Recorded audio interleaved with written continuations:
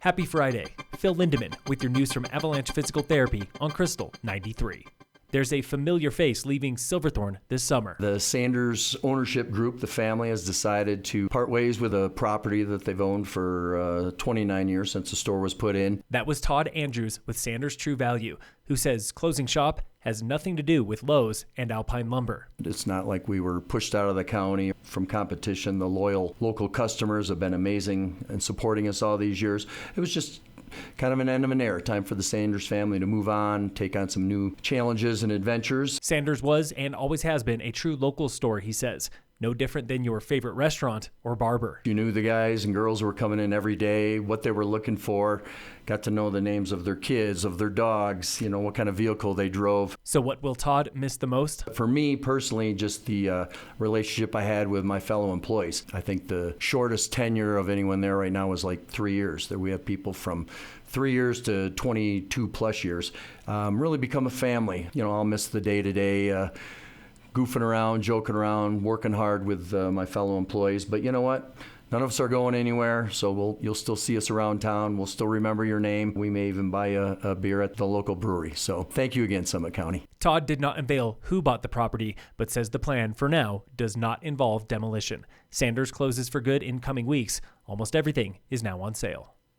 Mountain Town Lodging is back in a big way after months of mandatory shutdown last summer. Analytics firm Destimetrics reports on summer so far showing occupancy and revenue are up by triple digits, and average room rate is up 45%. Compared to 2019, only occupancy is down by just 1%.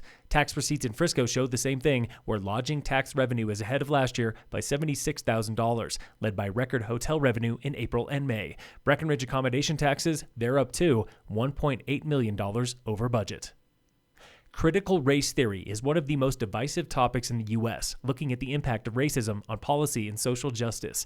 Danielle Surrett of parent group Summit School District Watch on how she is interpreting the theory. It's basically dividing kids up into oppressor and oppressed. They're being taught, white children are being taught that they're white supremacists. Alexandria Carnes of another local group, Solidarity Nation, does not believe critical race theory should be a battleground. My point is never to change anyone's mind. It's really just to have dialogue about things that we may disagree on. And I really feel like it's important as parents that we do so gracefully. Carnes is digging deep into critical race theory this Sunday at part 2 of the Summertime Solidarity series. And I encourage everyone to bring their children to be a part of the conversation too, if they feel comfortable, because I really would like for our youth to see adults discussing things in a respectful way. Sunday's Solidarity Series talk is free and open to all on the Silverthorne Performing Arts Center lawn, starting at 11 a.m. with music, ending with a potluck dessert. That's Andy Frasco and the UN playing a free show tonight at Dillon Amphitheater, the first of 2 free concerts on the lake this weekend. Tomorrow is Colorado's own Devotchka. Doors for both shows open at 6:30.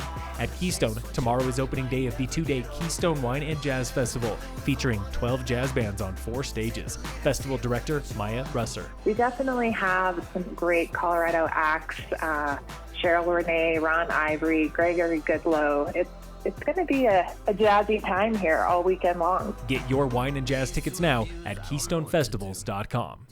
In sports, the Rockies open a weekend series with the Dodgers tonight at 6:40. And in local sports, brought to you by American Family Insurance, the Weeze Agency, hundreds of cyclists roll through Copper tomorrow for the return of the annual Courage Classic. Cyclists ride one of 3 loops, ranging from 10 miles to 72 miles, all finishing in Center Village to benefit Children's Hospital. The event has raised $52 million over the past 31 years.